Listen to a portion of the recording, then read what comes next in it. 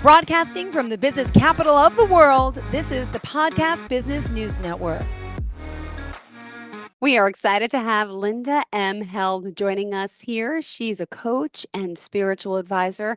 Since 1991, she has lots of experience, and we're excited to welcome her here today to talk more about all this amazing work she does and, of course, how she could be of service to you. So I would love to hear a little bit about yourself and your journey here along the way, because this is exciting work that you do. And I know I got to peruse around your website, got to know you, but our listeners haven't yet and our viewers. So first and foremost, Linda, welcome to the show. How are you today? I'm good. I'm good. This is my new book. I know. I was going to mention you also have a book. Congratulations. Well, that's kind of the beginning of the story, because we were by San Francisco Airport. And when I say we had a beauty shop of 9 operators, 3 manicurists, and then I was doing these crazy journeys to Mount Shasta and doing all this spiritual work. So that's kind of where I started. And a lot of times, do you mind if I go ahead and just start talking? Absolutely. But hold on, before we get your background, how do we contact you? People might be like, who are we talking to? It's Linda, Linda, M as in Mary, HELD. So lindamheld.com is your website. And do you want to share your phone number or any social media page before we begin this journey together? Sure. The thing is that one thing that I think because of having a beauty shop, I'm pretty accessible. And I think that was one of the challenges during the pandemic, because people were going through so much stuff. And, you know, we all know what's gone on, and it's still a re-entry into that intimacy, because people are protected sort of now. And anyway, that's how my phone number is 530-859-1192. You can either call me or text me. I'll call you back, and we kind of can get an acquainted thing, because I don't know, I feel like we're moving into such a awakening, that's important for the world, politics, everything. That one of my things has always been being available, and also the diving into the intimacy and, achieving goals. And I tend to work with business people who I like to take people out on walks. So, because I find that sometimes you sit across from somebody, they're a little more guarded. You go for a walk and they tell you, what's going on, and, their family. And so I really like being in nature and being in that kind of relaxed atmosphere. And I've done Vision Quest for years. And so I'm very familiar and taking people out in nature and also working with them very intimately, whether it's on Zoom. I started doing Zoom before it was popular in 2015. And so I'm very comfortable with using that as a continuum working with people. Well, I'm excited to learn more about you and, of course, all that Mount Shasta has to offer, how you're helping people on these amazing journeys. So I want to hear about your services, your retreats, and everything in the book. So where do we begin? I would love to find out about your background, of course. Tell us, where you're from and how this career path evolved. And you mentioned this is the story of your book, right? Right. And well, what actually happened is I was like 27. I had my son, and I had a mystical experience as I was having this horrific birth. Yeah. I ended up connecting with a woman in San Francisco. That's in the beginning of my book. Her name was Reverend Pearl Shannon. Okay. She used to meditate with Yogananda when he'd come up from Encinitas. And so I started with her. And then one thing led to another. I've done a lot of trainings, whether it be coaching or meditation or, all different forms of meditation. And I call it like the green light. I'm drawn into these different things. And a lot of times I don't even understand it. I just know I need to do it. And it doesn't matter if it's therapy. I've done therapy. I've done Insight, which was level 1, 2, and 3. I've done all kinds of stuff. And again, it's in that particular thing is we went out at a Boy Scout camp. And how do you work with conflict? And it was strangers that I didn't know, and rather than your family, which is conflict, And so I've done all kinds of, and I continue to do teachings. Like, I think it's important especially I'm an elder now, and I'm a wisdom keeper. And I think it's an important time to delve into that and to share the experiences, because none of this has been easy for any of us, Jill. I don't know about you, but you know, No. if you're, yeah, it's a challenge. All of it's a challenge, and you question your sanity. Why am I doing this? You know, and the spiritual quest is even more like that. Well, let me ask you, is this something innate that you always knew you had? Is this, where did you get this from? Was it in your family? This, I innateness, think it, intuitiveness, yeah, or I think what it do I was call in, you? An yeah. empath? Well, I think it was in my family. I found out that my great grandmother Yeah. was a full blood Chippewa, but I didn't, I Oh, only wow. remember her hugging me. But Okay. I was in Catholic school, and when I was in San Francisco, very large classes, 50 kids in the class. And I used to see angels, and I used to sit on my chair as a little kid, and I'd share the, my desk with my Yeah. angel. And the statue, I never told anybody this till I met Pearl, because it was crazy. And so I always had communication like in the church, and I'd visit churches. And I was a little kid roaming around San Francisco. And so it's always there, but I wasn't comfortable until I met somebody, because in those days, had I told somebody, I would be on Thorazine. Okay. There's no question, Mm-hmm. because, and one of my girlfriends, when I was a freshman in high school, had died from leukemia. And she came to me to talk to me after. And the good news was she didn't materialize. Mm-hmm. She just was sort of, inside. And when she started talking to me, I've always been a medium. And that was, freshman in high school, a little crazy. But she would tell me what she missed. She missed her two little brothers. Her dad went off the deep end, shot all the windows out in the house. And the things, she wasn't mystical. It Okay. was what she missed about life. And those are Mm-hmm. the people that have come to me through the years. And I have always had that sort of door. And it even surprises me sometimes as to who comes to me in a dream, or, you know, so, and like I said, in those days, I would have been on medication. So I never told anybody till I met Pearl. Because when I met her, Ah, she was in her 70s, living in San wow. Francisco.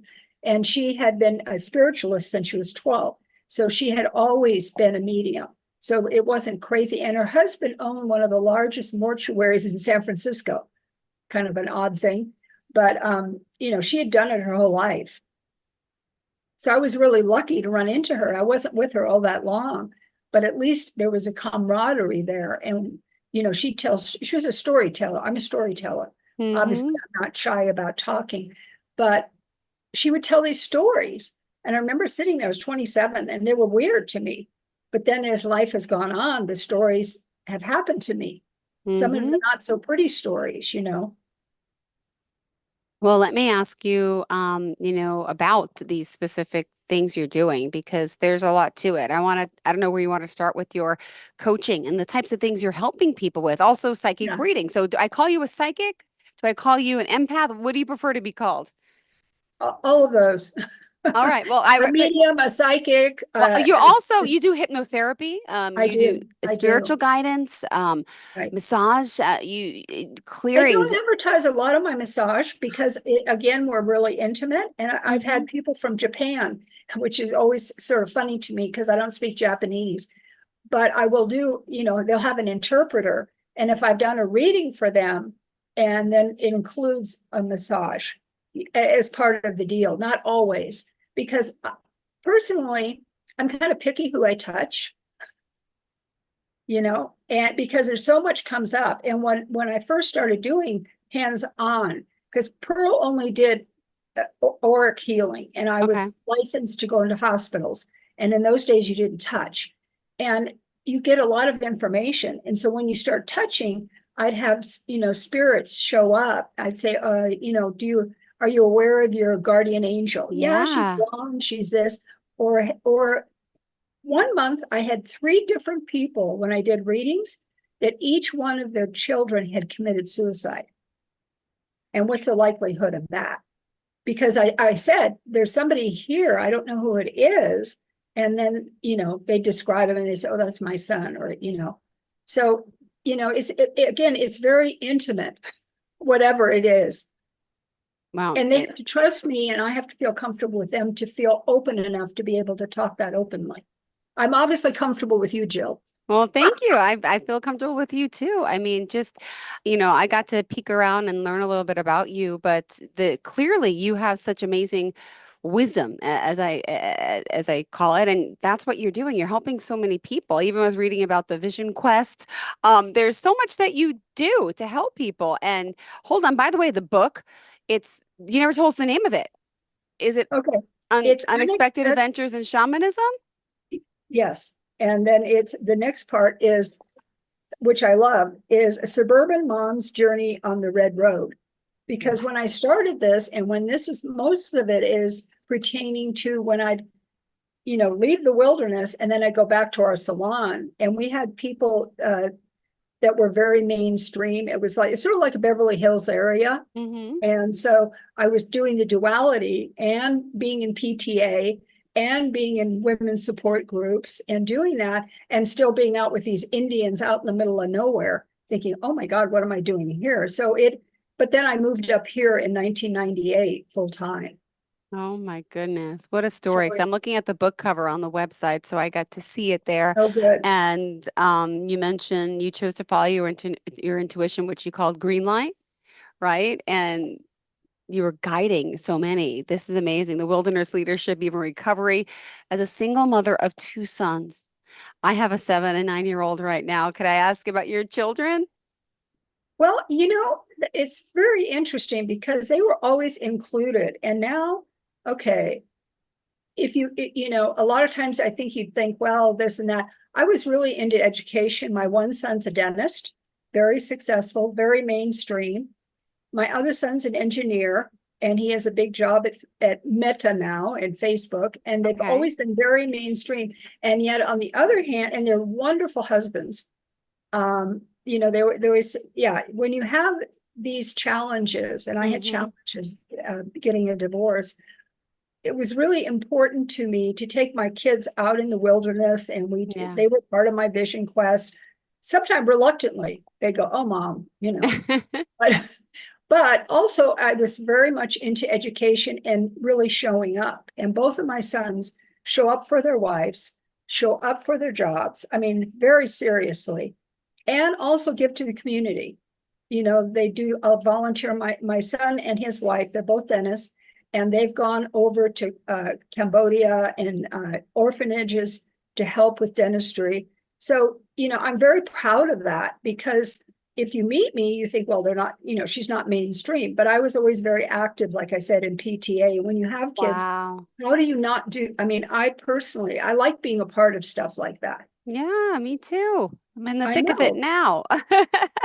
Well, and you're grooming them. See, that's again that wisdom keeper. When you're in your 40s, you're not thinking that. You're just doing what the mom thing. We have the kids over for dinner, we dress up for, Halloween and all of that. But then when I see the end products of both of my sons being such great husbands and nice people, then that makes me very proud of them. But also they have the experiences being around all these crazy Indian people with very unique experiences. And a lot of these people are big, medicine people, and now they're dead. Oh my So, goodness. yeah. So, but again, they help the community. They're very involved and great communicators. Wow. Well, are they also empathic as well, or do they get the gift from you? Well, I would say yes, but if you ask them now, they would say no. Okay. Okay. You know what I mean? They're taking the focus into their jobs and their families. Yeah. But Got it. as kids, meaning up until, like college, my one son was very empathic. And when he got more grounded, I was sort of happy, Hmm. because he was kind of ethereal. And when he got very grounded, I wasn't really pushing it on him, Okay. because he was really in the world and doing that. And if he hears this, we haven't ever talked about it like that, but he could see people's auras. You know how people work at it? He could look Hmm. at somebody, and he would tell me. And of course, I never really had that gift. But when he got more grounded, he was about 16, and I was glad, because he always felt like he might fly away. He Oh had my a goodness. SIDS crib death at Ah. 3 months. Ah. Yeah, and so I talked to Pearl about it, and when I took him to the, at the emergency, they said by the time that they're at this point, they're usually gone. So I Ah, knew that there was something, and I talked to her that he wasn't completely grounded here. So when he at 15, 16, he got very grounded. I wasn't really giving him any kind of encouragement to get airy fairy. oh my goodness. Wow. Not easy. And do you have any grandkids? I do. I have How old? a daughter, a granddaughter who just came back Okay. from being part of a ballet company in Belgium and in another European country. She was there for 2 weeks. Wow. And yeah, and my little grandson is like an engineer. He's 8 and 9. He's an Ah, avid fisherman, and he also designs stuff. And he's a cook. oh He's my a really good goodness. And cook. where do they live? Are they near They you live in or? the Bay Area. They live in Los Altos, down Hmm. Silicon Valley, and they have great friends, and they're really beautiful kids. Ah, well, thank you for sharing all this. I want to share just a little bit about you. I was perusing and reading some of these amazing testimonials of the people you've worked Oh, with. Here's someone named Jennifer. She says, Linda has provided so much professional, emotional, and spiritual guidance to me. She has coached me around exercise, diet, and living with a sober lifestyle. I find her insights to be invaluable. She is the one to get me off the couch into the gym, taking a walk or run with her. You're supportive about developing her career, taking it all to the next level. And she says you're invaluable to her team. There's somebody here talking about your coaching program. They made a commitment for a few years. Their mom passed away, was overwhelmed with work, their commute, their home, their marriage, first child, and depressed and overwhelmed, started neglecting themselves. She then joined you. And she said it's been an amazing, empowering experience, having been breaking psychological barriers that prevented her from moving forward in so many areas. As human beings, she says, in this crazy modern world, we can have so many things going on within that we can't move past to succeed in our goals that need to be that that to be the person you need to be in this lifetime. So before I met Linda, I had many things. I wanted to do marathon running, learn guitar, career change, exercise, connecting to my daughter without being emotionally bogging down to the point it was paralyzing. Life coaching is about taking your personal power back, investing money into getting help to improve self, push past all the barriers in life that we're in denial about our busy modern world lifestyle. We need more life coaches such as Linda in our life. So it's great to hear this. And I would love to hear some of your stories about some of these people you're helping and even reading more about these workshops, as you call them. What are they called that you're doing? well, what I usually do The is Vision Quest, that was it. Vision Quest. Yeah, I haven't done as many through the pandemic and everything Okay. because they do Sweat Lodge, but normally it's a preparation for like 6 months. We meet at least once a month because what I want to find out, why would you even want to do this?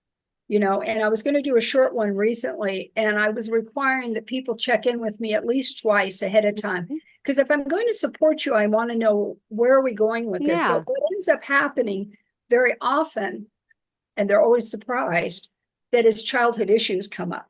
A lot of times it's focused on the goals. I want to do this, I want to do that. And then what ends up happening before we go is they begin to realize that maybe they're this little scared kid about, being out in the woods by themselves or not eating. Because I'm not real strict on it, but some people have never been alone, ever. And being out in the woods alone can really push people. I've seen people, I had one gal who was a therapist who the night before stuffed food to the Ah, point that she threw up.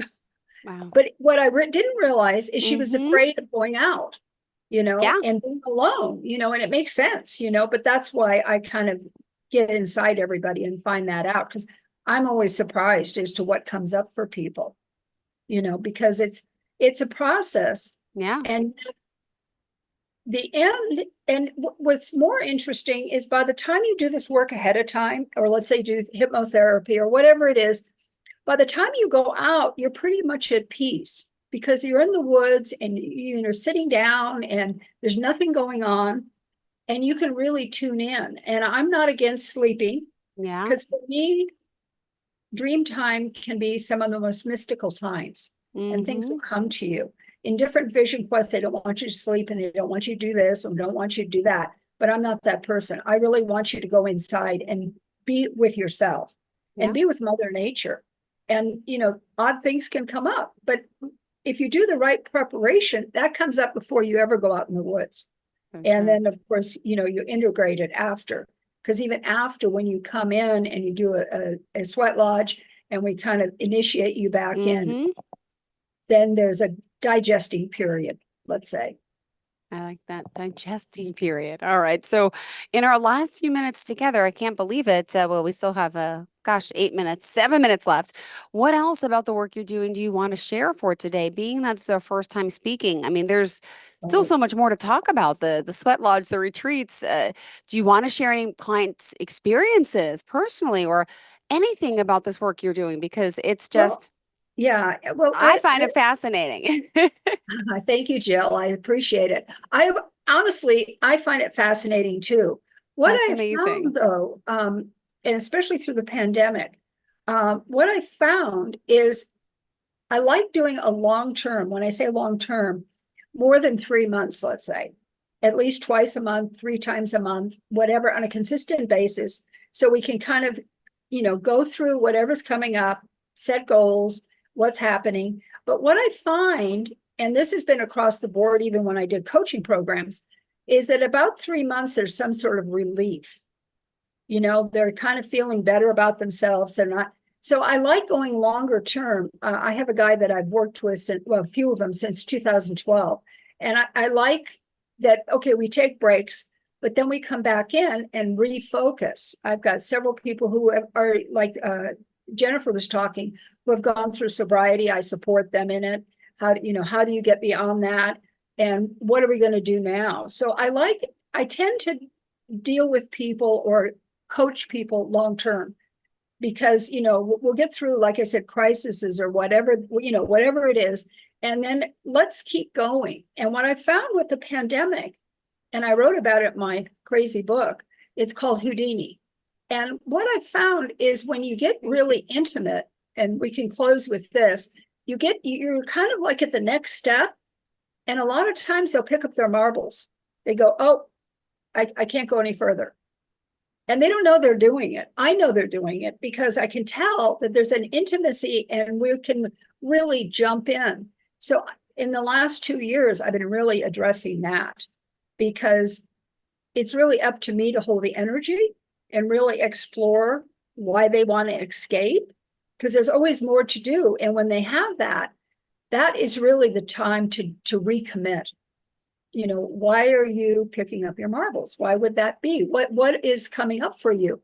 Or what is the goals that we want to really achieve? Like I have a guy who's playing guitar and singing. He's a chemical engineer. I have another guy who's a colonel, and we've gone through all kinds of stuff. But there gets to be that point, and sometimes again, and for me, that's really when I want to delve in. I have a client right now that I'm doing that. And all of a sudden she's pulling a Houdini and she's not answering my calls, So that's always sort of disappointing. And also it's exhilarating because I really want to support people. Wow. You are a special woman. Now, let me just, do you meditate in the morning? How do you keep yourself sane, right? Because you're helping so many. And how does it work with you? Because you're dealing with so many people's different energies things. And like, how do you shut down? Well, okay, I'm a meditator, but what I've been doing with the heat here, I have this dog. Okay. And Peaches. And so what I've been doing is I go out at 6 o'clock in the morning and walk her 3 miles, come back and meditate and start my progression of the day. And then I will journal. Okay. And in fact, I'm writing my second book. So I really need to sit and do stuff like that more. And I also do artwork, which I have a couple of things I've started forever ago. Mm-hmm. I really feel strongly that we're into the next phase of the awakening of our creative, being out in nature, really appreciating it, and also moving into the creative part, whether it be music, like my friend is singing and guitar, or mine is painting and stained glass. So, doing all those things and talking to people and wanting to be available for people is full time. And my little dog, everybody thinks I'm taking pictures for the walk, but it's really about Linda. Yeah. I'm clearing my body, and especially if I have tension or I'm frustrated, I really focus as when I'm walking to clear that in my body, because for me, I get very attached to the outcome. Yeah. So when things aren't going as well, I need to clear it, because, to be a better coach, a stronger coach. So, Mm-hmm. I do all those things. Plus I do ceremony whenever I can. Oh my goodness. God bless you for doing so much. And if someone's interested now working with you, right, they reach out. How do you know what someone needs? Do you just sense it? Like, because there's all different things that you can do, right? Right. With your Well, we have to abilities and first your have a coaching. conversation, and we Okay. have to connect. And, that's, for me, that's the beginning. And see if we can connect and see where that goes. And sometimes when I start mentioning, this is going to be an intimate journey, again, sometimes people pick up their marbles and go, whoa, well, what's the woman want from me? But the truth is, if we can't do that in the beginning, we have to at least have that, what do you say, connection. And then we can start talking about where it is you want to go. how can I support you? What's getting in the way of whatever this is? Or like, let's use an example. When a woman doesn't feel empowered after a divorce, I've been there, I know. And you sometimes you don't know where to go, what to do. Like you were talking about meditation and doing, how much of that do I do? Do I do a marathon run, or do I try to do a 5K to clear my body so I'm happier? So, we just jump into whatever that is, and see if we can connect. And if we can't connect, it's not going to work. So true. It's so true. Do you offer like an initial call? Is there a charge? Do you do a free consultation, or how does it work? The initial call is included in once we start making decisions. What I don't do anymore, I've had in the last short time, I have people want to drop by my house. Okay. And, I don't do that, because then we're not doing work. You know what I'm saying? So, I've had a couple in the last 2 weeks say, let me just drop by and see you. And I go, no, I'll take you out, because we have a place here called the Peace Garden. And I take, it takes about 2 hours to do these things. And it's a ceremonial thing, which is great. But on the other hand, I want them to know we're working together. Of course. We're not just hanging out. Interesting. Wow. Yeah. I love it. Well, thank you so much. My goodness. Let's remind everyone how we can reach out to you. Unfortunately, we are out of time today. So tell us the website again, where we could find the book. And I hope we get to speak again next week. Yeah, that'd be great. Okay, my book is on Amazon. So check out Amazon. And please, if you like it, it's been really funny. Some of the people I least expected had bought it before it was even out officially. And they've given me opinions, including my dentist son said he loved it. And I just found that I said, oh, you read it? Because I wasn't sure, how he felt, because I didn't talk about it a lot. But and my website is www.lindamheld.com. My phone number is 530-859-1192. And you can either call me or text me, and I will call you back. Like I said, I'm pretty available. And that was great, Jill. Beautiful. Thank you so much. Pleasure having you here. So excited to get to talk to you and work with you and to learn more about the work you're doing. Thank you. Well, thank you. I was very chatty. I haven't talked to anybody. You were great. Thank you so much. Pleasure having you here. Excited to talk more. Okay. You have a great day. Thank you. Bye-bye. Are you looking for even more of the podcasts and hosts that you love? The Podcast Business News Network is proud to announce that you now have even more ways to listen live. Check out the MyTuner Radio, online radio box, and Simple Radio apps on iOS and Android, or find us online. Search for Business News Network on mytuner-radio.com, or search Podcast Business News Network on streama.com and onlineradiobox.com/US. Take your podcast on the go and don't miss a minute of the action.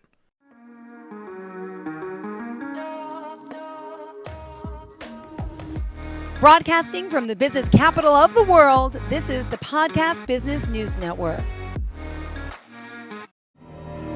For nearly 2,000 severely injured veterans, everyday life has become filled with barriers.